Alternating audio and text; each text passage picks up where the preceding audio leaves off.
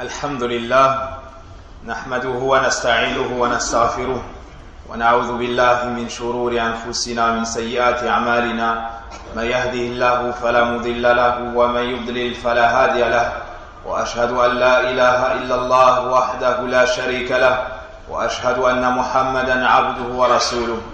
يا أيها الذين آمنوا اتقوا الله حق تقاته ولا تموتن إلا وأنتم مسلمون. يا أيها الناس اتقوا ربكم الذي خلقكم من نفس واحدة وخلق منها زوجها وبث منهما رجالا كثيرا ونساء، واتقوا الله الذي تساءلون به والأرحام إن الله كان عليكم رقيبا. يا أيها الذين آمنوا اتقوا الله وقولوا قولا سديدا يصلح لكم أعمالكم ويغفر لكم ذنوبكم، ومن يطع الله ورسوله فقد فاز فوزا عظيما. أما بعد، فإن أصدق الحديث كتاب الله جل وعلا، وخير الهدي هدي محمد صلى الله عليه وسلم، وشر الأمور محدثاتها، وكل محدثة بدعة، وكل بدعة ضلالة، وكل ضلالة في النار.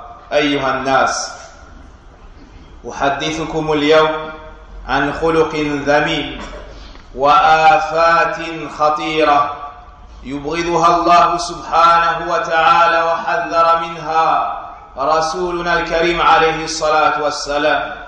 وأول من سنها وإبليس الشيطان اللعين، وسنها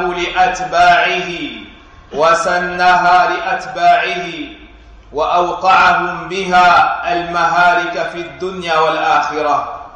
هذه الخصلة الذميمة هو الكبر يا عباد الله، وهو من كبائر الذنوب، كما قال العلامة الذهبي رحمه الله.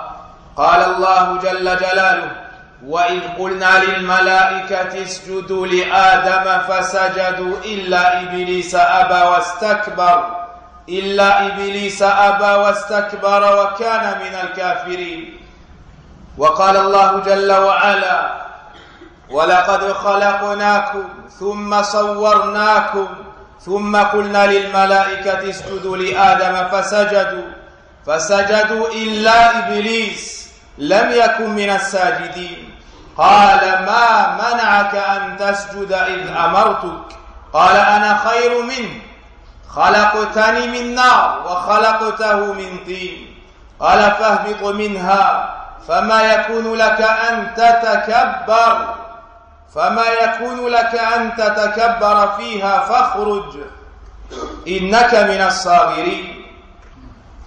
فالله سبحانه وتعالى ذكر لنا قصة إبليس ومنعه السجود لله سبحانه وتعالى. والكبر يا عباد الله يتلخص في أمرين اثنين: رد الحق وعدم قبوله،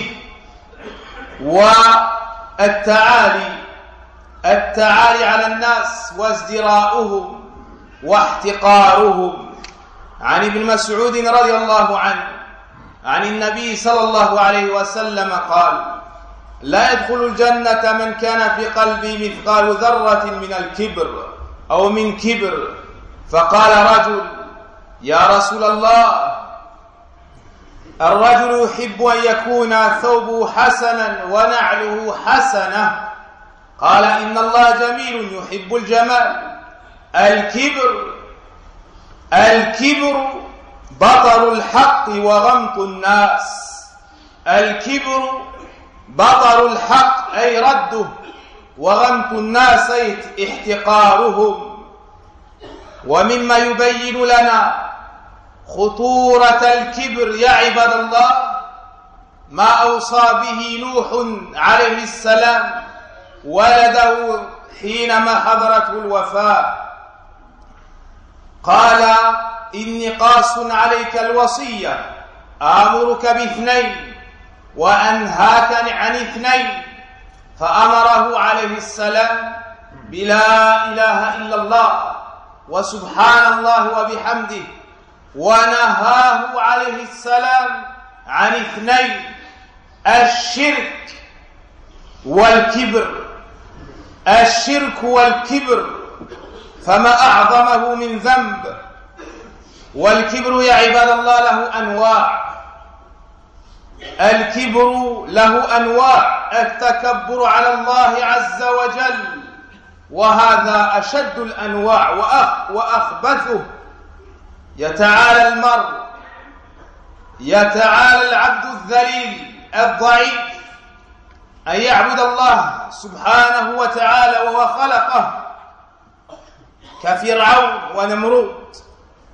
والنوع الثاني التكبر على رسول الله صلى الله عليه وسلم بعدم معرفة نبوته وإعلان ذلك واتباعه. هذا عين العناد، هذا عين العناد ككفار قريش. والنوع الثالث التكبر على الناس باحتقاره والتعاظم في النفس المرء نفسه وتزكية النفس والفخر بالأنساب إلى غير ذلك يا عباد الله. يقول الإمام الذهبي رحمه الله تعالى: وأشر الكبر من يتكبر على عباد الله بعلمه، فهذا ما استفاد ولم ينتفع بعلمه. والكبر له أسباب، منها العجب والحسد والكبر والرياء والجاه والمال والجمال إلى غير ذلك. الكبر يا عباد الله سبب الكفر بالله عز وجل، وسبب كفر الأمم السالفة. وإلى ثمود أخاهم صالحا قال يا قوم اعبدوا الله ما لكم من إله غيره، إلى أن قال الله جل وعلا: قال الذين استكبروا إنا بالذي آمنتم به كافرون. وهكذا قال قوم شعيب عليه السلام، وهكذا قال فرعون أو فعل فرعون وأتباعه فاستكبروا وكانوا قوما مجرمين. والكبر يا عباد الله له أسوأ العواقب في الدنيا والآخرة، منها أنه سبب عدم الانتفاع بالقرآن الكريم. قال الله سبحانه: سأصرف عن آياتي الذين يتكبرون في الأرض بغير الحق فلا ينتفعون بالقرآن ولا يعملون به. والكبر سبب البعد عن الله، والله لا يحب المستكبرين. وإلهكم إله واحد، فالذين لا يؤمنون بالآخرة قلوبهم منكرة وهم مستكبرون. لا جرم أن الله يعلم ما يسرون وما يعلنون، إنه لا يحب المستكبرين، إنه لا يحب المستكبرين. والمتكبر به شبه بأهل الجاهلية. عن أبي مالك رضي الله عنه أن النبي صلى الله عليه وسلم قال: 4 من أمتي من أمر الجاهلية لا يتركونهن: الفخر بالأحساب، والطعن في الأنساب، والاستسقاء بالنجوم والنحاية. رواه مسلم. والله سبحانه وتعالى يذل المستكبرين. عن أبي هريرة رضي الله عنه عن النبي صلى الله عليه وسلم قال: بينما رجل يتبختر بمشي في برديه قال: أعجبته نفسه فخسف الله به الأرض فهو يتجلجل فيها إلى يوم القيامة. رواه البخاري ومسلم. ويوم القيامة يحشرهم الله سبحانه وتعالى أمثال الذرة عياذا بالله، فنسأل الله عز وجل أن يطهر قلوبنا من الكبر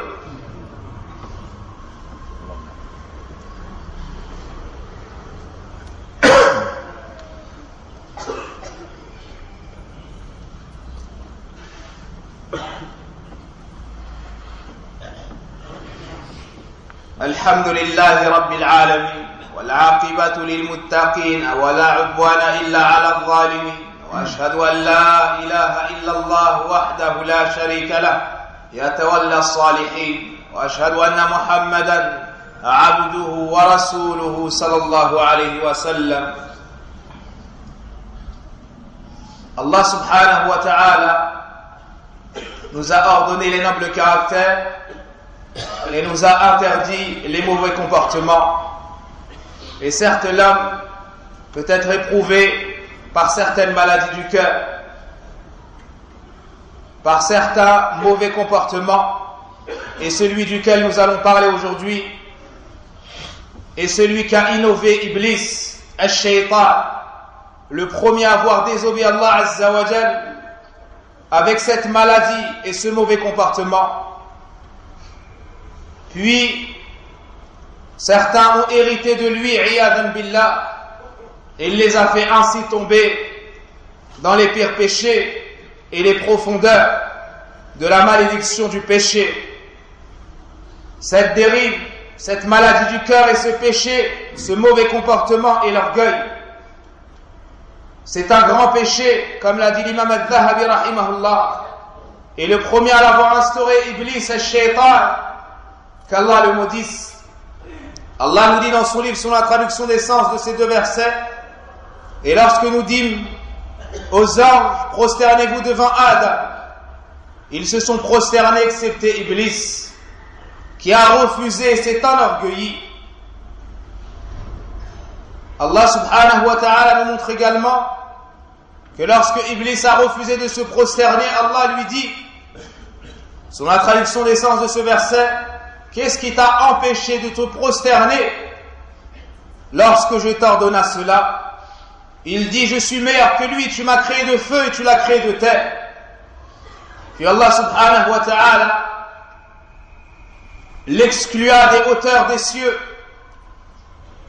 et il le vira de cette noblesse qui était le fait d'habiter en compagnie des anges et d'adorer Allah Azza wa Jal seul d'un culte sincère. Allah Azza wa Jal l'humilia et le rabaissa suite à ce péché, l'orgueil et le fait de s'élever et de se voir meilleur que les autres. Et l'orgueil se résume en deux mots: le fait de rejeter la vérité et de ne pas l'accepter, et le fait de mépriser les gens et de se voir meilleur qu'eux.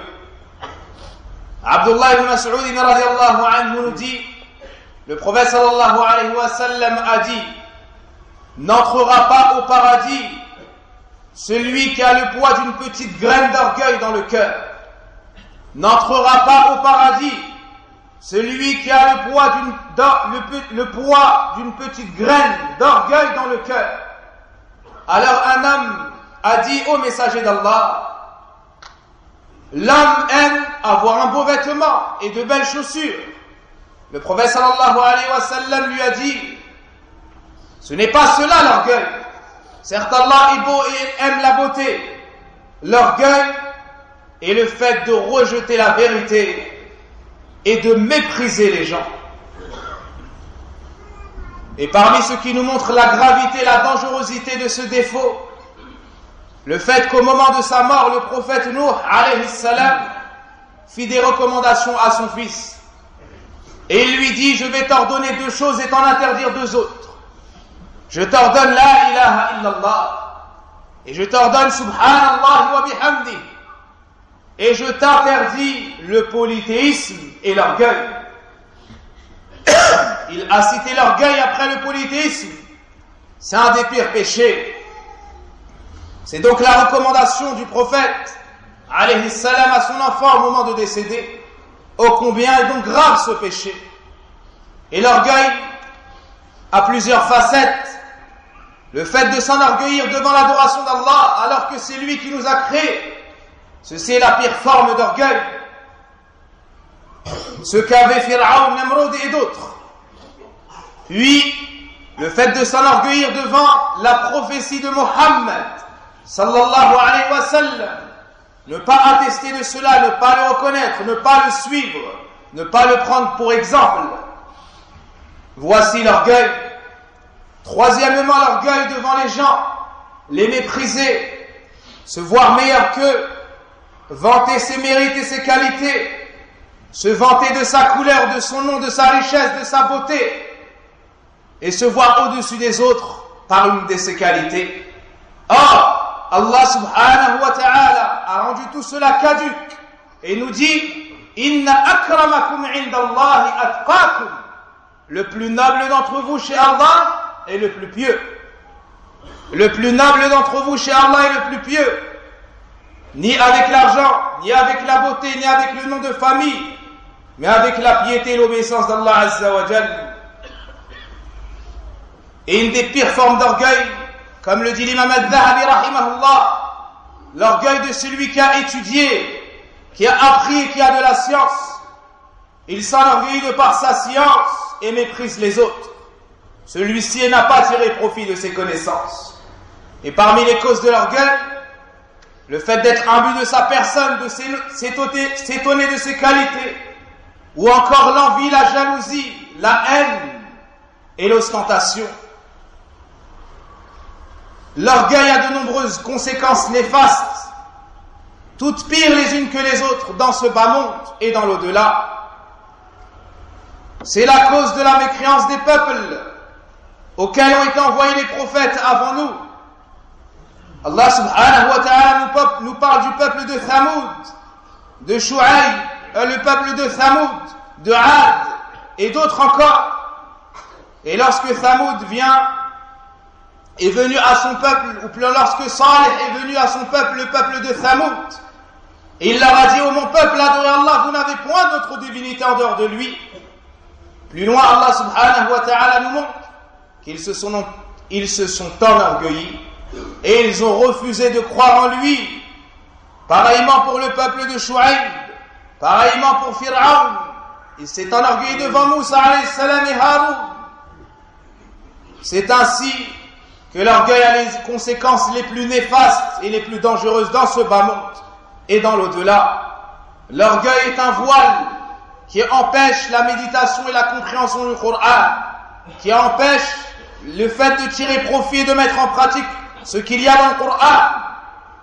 Allah nous montre dans le Coran qu'il va détourner ceux qui s'enorgueillissent devant ces signes. Il va détourner du Coran ceux qui s'enorgueillissent sur sa terre, c'est-à-dire qu'ils ne tireront point profit du Coran. L'orgueil est une cause pour être détesté auprès d'Allah. Il nous dit dans son livre: Innahu la yuhibbul mustakbirin. Certes, Allah n'aime pas les orgueilleux. Celui qui a de l'orgueil a une caractéristique semblable aux gens de la Jahiliya, de la période d'avant l'islam, d'avant l'envoi du prophète alayhi salatu wassalam. Le prophète sallallahu alayhi wa sallam nous dit 4 caractéristiques font partie des caractéristiques de la Jahiliya. Et les gens de ma communauté ne les délaisseront pas. Al-fakhru bil-ahsab wa ta'nu fil-ansab. Et ça, c'est une chose répandue. Le fait de critiquer les origines des autres et de se vanter de la sienne. Voici une des caractéristiques de la Jahiliya. Et Allah Azza wa Jal humilie l'orgueilleux dans ce bas monde avant de l'humilier dans l'au-delà. Abu Huraïra nous dit, le prophète sallallahu alayhi wa sallam a dit: alors qu'un homme marchait avec orgueil, il se pavanait dans ses beaux vêtements, imbu de sa personne, c'est alors qu'Allah l'ensevelit sous la terre ou dans la terre. Et voici qu'il ne cesse de tomber jusqu'au jour de la résurrection. Allahu Akbar. Il marchait avec orgueil sur la terre, Allah Azza wa Jalla l'a enseveli dans la terre. Et il ne cesse de tomber jusqu'au jour du jugement dernier. Voici la finalité de ceux qui veulent s'élever sur ce bas monde ou dans ce bas monde. Allah Azza wa Jalla les humilie, comme l'a rapporté l'imam Bukhari et l'imam Muslim. Abdullah ibn Omar nous dit, le messager d'Allah sallallahu alayhi wa sallam a dit, La yanzurullah ila man jarrahu thawbahu khuyala. Allah ne regarde pas celui qui laisse traîner son vêtement par orgueil. Le fait de laisser descendre ses vêtements sous ses chevilles est interdit en islam pour les hommes. Et c'est un péché. Quant à celui qui le fait par orgueil, c'est encore pire. Et Allah ne le regarde pas. Allah Azza wa Jal ne le regarde pas. Et à l'époque du prophète alayhi salatu wassalam, un homme a mangé avec sa main gauche. Alors le prophète alayhi salatu wassalam lui a dit, Kul bi yaminik, mange avec ta main droite. Il lui a dit, La astati'. Il lui a dit, je ne peux pas. Le prophète alayhi salatu wassalam lui a dit, Ma stata'at, tu ne pourras plus jamais. Rien ne l'a empêché d'agir ainsi si ce n'est l'orgueil. Il a refusé de manger avec la main droite par orgueil. Allah lui a donc paralysé la main droite. Il n'a plus pu manger avec sa main droite ni la porter à sa bouche, car il a fait preuve d'orgueil devant l'ordre du prophète sallallahu alayhi wa sallam. Regardez les conséquences de rejeter, ou plutôt de s'enorgueillir devant l'ordre du prophète alayhi salatu wa sallam. Et la finalité des orgueillés le jour du jugement dernier, la finalité des orgueilleux le jour du jugement dernier, Abu Hurayrata radiyallahu anhu nous dit, le messager d'Allah sallallahu alayhi wa sallam dit, Thalathatu la yukallimuhumullah wa la yanzuru ilayhim wa lahum adhabun adhim. 3 personnes, Allah ne leur parlera pas, wa la yuzakkihim, il ne les purifiera pas, il ne les regardera pas et ils ont un châtiment douloureux. Alim, Shaykhun Zani, une personne âgée qui commet la fornication ou l'adultère. Wa Malikun Kadhab, un roi qui ment. Wa Sa'ilun Mustakbir, ou Miskinun Mustakbir, et un pauvre orgueilleux. C'est-à-dire que ces 3 personnes n'ont pas les causes qui en général poussent à commettre la faute. L'orgueil est une cause de recevoir tout cela, comme l'a rapporté l'imam Muslim rahimahullah. Et Jabir radiallahu anhu nous dit, le messager d'Allah sallallahu alayhi wa sallam a dit, parmi ceux que j'aime le plus et qui seront le plus proches de moi le jour de la résurrection, ceux qui ont le meilleur des comportements. Et parmi ceux que je déteste le plus, et ceux qui seront le plus éloignés de mon assise le jour de la résurrection, al-thartharun, al-mutashaddiqun, al-mutafayhiqun. Puis ils ont dit, que signifie ce dernier mot au messager d'Allah? Il a dit, al-mutakabbirun, les orgueilleux. Parmi ceux que le prophète alayhi salatu wassalam déteste le plus, et qui seront le plus éloignés de lui, Yawm al-Qiyamah, les orgueilleux. Ceux qui rejettent la vérité et s'élèvent au-dessus des autres. Abdullah ibn Omar, ou ibn Amr plutôt, nous montre dans quel état ils seront ressuscités. Du fait que dans ce bas monde, ils s'élevaient, voulaient être plus grands que les autres. Le prophète alayhi salatu wassalam nous dit, Yuhsharu al-mutakabbirun yawm al-qiyamah amthal ad-darrah. Les orgueilleux seront ressuscités le jour du jugement dernier, tels des petites graines ou bien des petites fourmis. Ce seront des hommes, mais avec cette apparence-là. Puis il nous dit, ils seront couverts d'humiliation.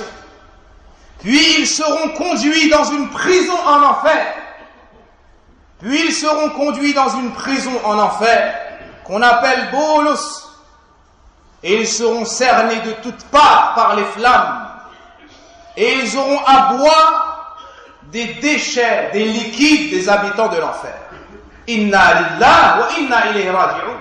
La finalité des orgueilleux, ils seront ressuscités d'une manière humiliante, puis ils seront conduits en prison en enfer, puis on leur donnera à boire le pu et les déchets des liquides des habitants de l'enfer.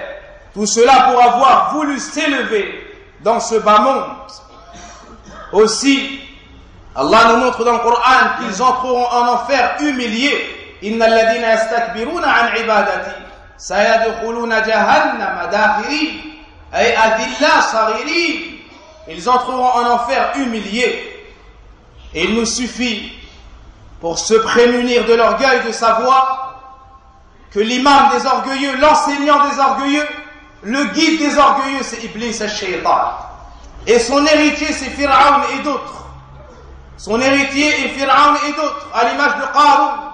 Dans Surat al-Qasas, Allah Azza wa Jal nous montre qu'il sortait avec ses richesses et se parvalait sur la terre d'Allah Azza wa Jal. فَخَسَفْنَا بِهِ وَبِدَارِهِ. Allah Azza wa Jal l'a enseveli dans la terre ainsi que sa demeure et ses biens. C'est ainsi la finalité des orgueilleux. Et les pieux prédécesseurs avaient énormément peur de l'orgueil. Un jour, Abdullah ibn Amr a rencontré Abdullah ibn Amr à El Marwa et ils ont discuté ensemble. Puis Abdullah ibn Amr est parti et Abdullah ibn Amr est resté en train de pleurer. Ils lui ont dit: pourquoi est-ce que tu pleures? Il a dit: cet homme que vous venez de voir partir m'a transmis un hadith qu'il a entendu du prophète sallallahu alayhi wa sallam qui dit: celui qui a le poids le plus minime d'orgueil dans le cœur, kabbahullah fi wajhi fi nar, celui qui a une infime partie d'orgueil dans le cœur, Allah le retournera à l'envers et il le jettera sur son visage dans le feu de l'enfer. Alors Abdullah ibn Omar s'est mis à pleurer, radiyallahu anhu. Al-Ahnaf ibn Qais disait: Ajaban libni Adam, comme est étonnante l'affaire du fils de Adam. Yatakabbar wa qad kharaja min makhraj al-bawl marratayn. Comme est étonnante l'affaire du fils de Adam. Il s'enorgueillit alors qu'il est sorti de l'endroit par lequel sort l'urine à 2 reprises. C'est-à-dire une fois de son père lorsque son liquide sortit et une fois de sa mère lorsqu'elle l'a accouché de lui. Et un jour, un homme a croisé Al-Muhallab, un des grands chefs de l'armée à l'époque de Abd al-Malik ibn Marwan rahimahullah. Et il marchait avec orgueil. Alors l'homme lui a dit: cesse de marcher de la sorte, Allah n'aime pas cela. Al-Muhallab rahimahullah lui a répondu: Adarifu man ana, sais-tu qui suis-je? C'est l'homme qui avait battu les Khawarij et de nombreuses guerres. Allah lui avait donné la victoire dans celle-ci. L'homme lui a dit: oui, je sais qui tu es. Tu es l'homme qui est sorti des lombes de son père, d'une goutte vile, et lorsqu'il décède, il devient un cadavre, un fait. Et entre-temps, lorsqu'il vit sur la terre, il porte les excréments dans son ventre. Puis Al-Muhallab a cessé cette démarche. Il a tiré profit de cette exhortation. Il a tiré profit de cette exhortation. Il nous faut donc craindre Allah subhanahu wa ta'ala, soigner nos cœurs après avoir cherché ses défauts. Et il nous faut purifier ses cœurs en cherchant les moyens de délaisser Al-Kibr. Et 2 grandes causes permettent de purifier le cœur de l'orgueil. La première, ma'rifatullah, connaître Allah Azza wa Jalla. Savoir que c'est le maître des mondes, le grand, le dominateur suprême, et que c'est le seul qui mérite de s'élever au-dessus de ses créatures par ses qualités. La deuxième cause est le fait de connaître sa propre personne, sa nature, qu'on a été créé faible d'une goutte, et de savoir d'où on vient, et de savoir et de connaître nos imperfections, et quelle sera notre finalité. Celui qui médite sur ces 2 choses-là, la toute-puissance d'Allah Azza wa Jal et la faiblesse de l'humain, ça l'éloignera de l'orgueil. Et Al-Hassan al-Basri disait: As-sujud, la prosternation purifie de l'orgueil, et Al-Tawhid purifie de l'ostentation. فنسأل الله سبحانه وتعالى بأسمائه الحسنى وصفاته العلى أن يطهر قلوبنا من أمراضها ومن الكبر ومن العجب ومن الحسد ومن الحقد. ربنا آتنا في الدنيا حسنة وفي الآخرة حسنة وقنا عذاب النار اللهم اشف مرضانا ومرضى المسلمين واقض الديون عن المدينين ربنا اتنا في الدنيا حسنة وفي الآخرة حسنة وقنا عذاب النار اللهم اغفر لنا ذنوبنا وكفر عنا سيئاتنا وتوفنا مع الأبرار اللهم إنا نسألك الهدى والتقى والعفاف والغنى. Il y a plusieurs personnes qui vous demandent d'invoquer Allah Azza wa Jalla envers leurs proches qui sont malades. Ceci étant dit, je vous rappelle le projet de la construction de la mosquée. Le temps est déterminé et compté et nous avons des impératifs pour le commencement des travaux. Donc on encourage l'ensemble des fidèles à dépenser de ce qu'Allah Azza wa Jalla leur a accordé et on demande à Allah Azza wa Jalla de leur construire suite à cela une maison au paradis comme le prophète alayhi salatu wassalam l'a promis.